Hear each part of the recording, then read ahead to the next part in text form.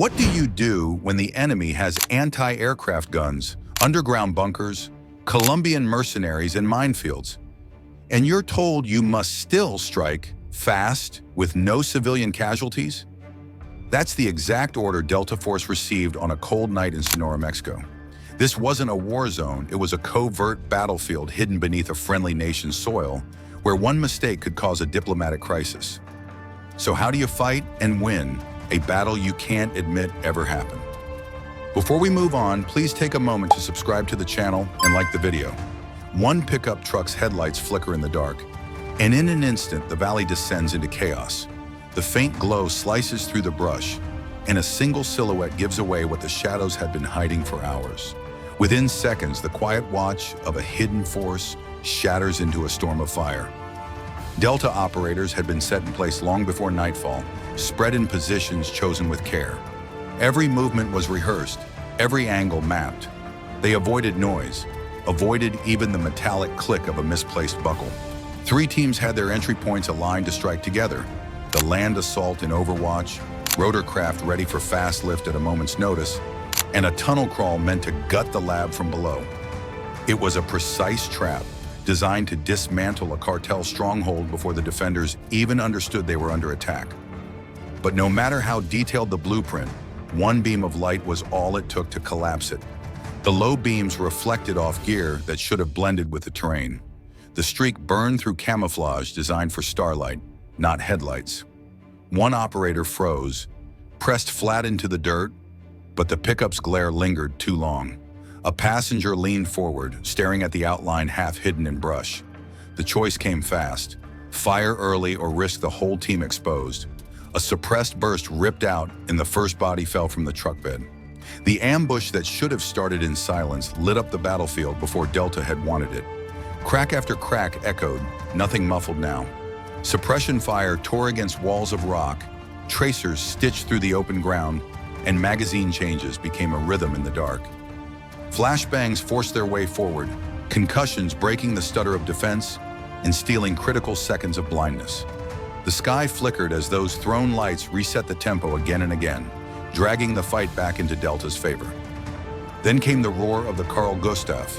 The launcher's round smashed through bunker doors, sending fire and debris curling into the hillsides. It opened holes in hardened ground, flushing defenders from what would have been safe cover. But its blast also burned across the valley, marking exactly where it had been fired. Enemy rifles snapped toward the glow. Every strong hit gave back a fresh vulnerability. Return fire grew heavier, not looser. From above, fortified nests fed overlapping lanes of bullets down into narrow pockets Delta had to squeeze through. Rocks that should have shielded angles became blind spots cut by bursts lacing across them. The timeline had no value now. No clean sequence remained. Split-second movement, shifting, crawling, spraying in pairs, made the only path forward. The absolute planning of the operation looked like paper melting in flame. A schedule of angles and timing, broken within seconds of the first shot, served no real use now. Operators shifted to instinct, relying on training to improvise while still keeping one perimeter intact. They fought to keep the ring closed and keep casualties from falling into enemy hands. Then came the complication no one wanted. The reinforcements weren't charging wildly. They were coordinated. Heavier weapons cut deeper through walls, and groups moved in patterns that spoke of discipline.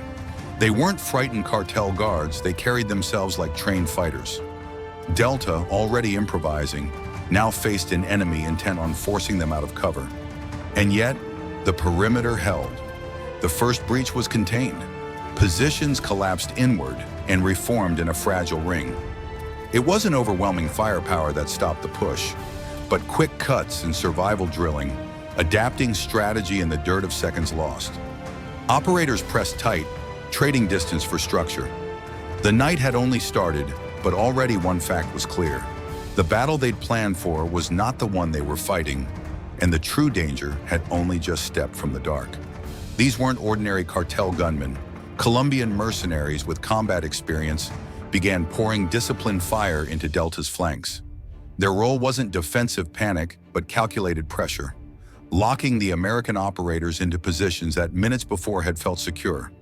What was supposed to be an ambush against cartel muscle had turned into a firefight with men who brought strategies from jungle wars thousands of miles away.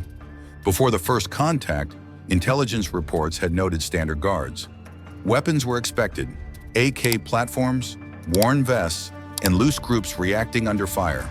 Nothing predicted men with matching gear, rehearsed movement patterns, and suppression drills designed to push the seasoned troops into cover.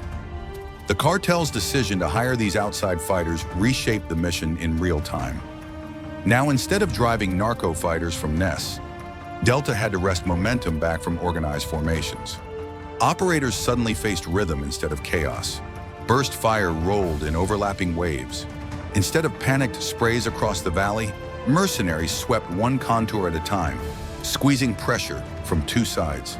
Delta teams, used to recognizing the sloppy signatures of cartel shooters, now saw cover cut away with each burst. This wasn't luck. This was technique meant to take ground in meters, not random shots. The change grew obvious in the sound and weight of fire. Heavier caliber weapons snapped tree trunks apart, slamming rounds through walls that should have bought seconds for reloads. The mercenaries' discipline meant no gaps in the noise. Operators pinned down behind shallow rocks faced the real possibility of being boxed in. What should have been suppressive bursts from Delta became counterfire for survival. Positions chosen for cartel response turned vulnerable against men trained to exploit fields of fire. Then came the reality every operator dreads. A team member went down, torn through the shoulder by a round that knocked him into the dirt.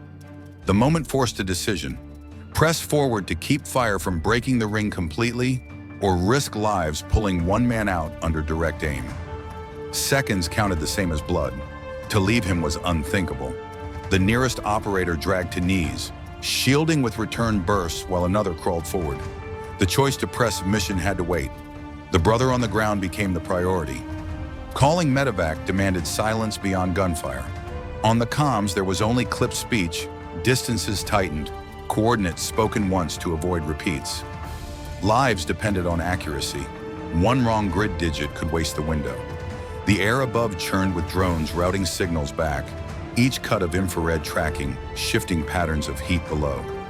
Operators had no certainty in who they fought until those streams confirmed it. Their enemy wasn't fractured cartel squads. It was soldiers, professional and trained.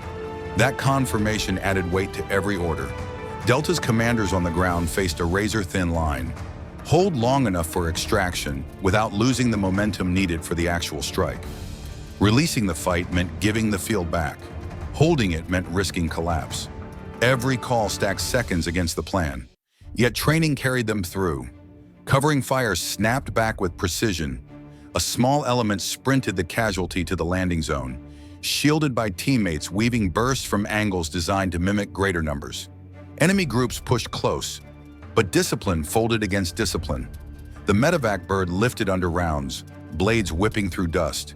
The perimeter shrank and reformed, Delta bending but refusing to break. Even the most detailed strategy can collapse the second the first shot cuts through silence. What separates survival from disaster is not the plan, but the resolve to adapt under pressure, the instinct to improvise, and the discipline to fight as one despite chaos. Delta brought all three, and that's why a failed ambush turned into a contained victory. But here's the hard question. Should covert missions like this continue, knowing one mistake could spark international fallout? The battle proved success for a night, but the war against synthetic drugs demands more than one hammer strike. The fight isn't finished.